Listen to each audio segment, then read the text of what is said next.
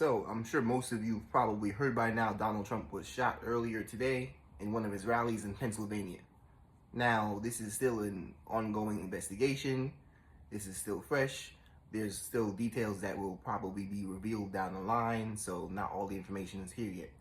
But what we do know so far is that, yes, he was shot. He was grazed in his ear, and there was apparently some blood trickling down the side of his face. He was rushed out by Secret Service. Secret Service also killed the shooter, and some kind of way another attendee at the rally was also killed. This is obviously, you know, political violence is never okay. Now, obviously, I think Donald Trump is a piece of garbage.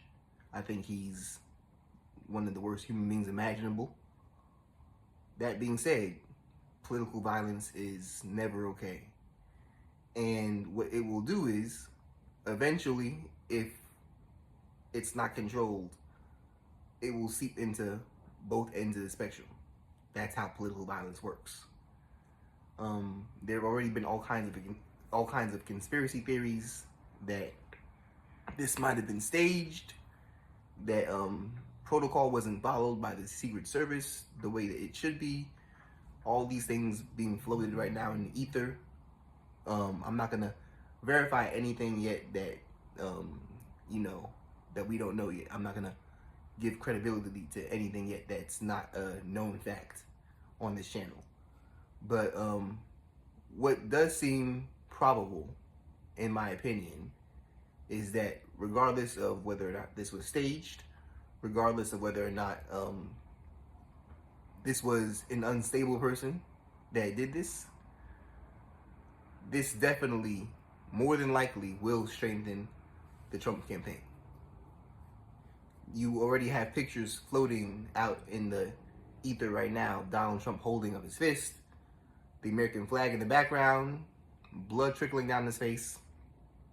This didn't do anything but strengthen the Trump campaign's movement. And what do you think people are going to be thinking when they compare? Because most people pay attention to visuals more than they do policy. That's usually how American politics works. In the visuals right now of a weak-looking Joe Biden compared to a strong-looking, bloodied-up Trump with his fist in the air and the American flag in the background, what do you think people that are on the fence in those battleground states are thinking when they see that? On top of that, by the way, even if, theoretically, if the shooter was successful, none of this would have stopped any kind of Project 2025 from happening. Project 2025 is designed for any Republican that takes office next year, theoretically. If Donald Trump was somehow assassinated, what would happen is the Republicans would find somebody to replace him, and if that person won in November, they would still carry out the same Project 2025 agenda next year. So in no way, shape, or form would this political violence have done anything.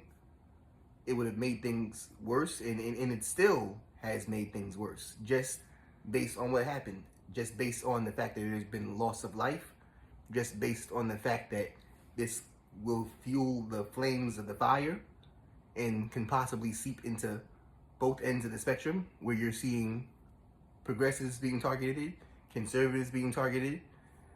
That's how political violence works.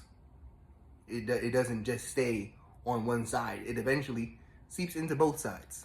You know, there's been a lot of talk lately in the news media over the possibility of a civil war because the country is so divided and polarized. This is literally how a civil war starts. Like, historically, traditionally, these are the stepping stones towards an actual civil war. It starts with civil unrest and political violence. So let's not get comfortable with doing political violence against one another.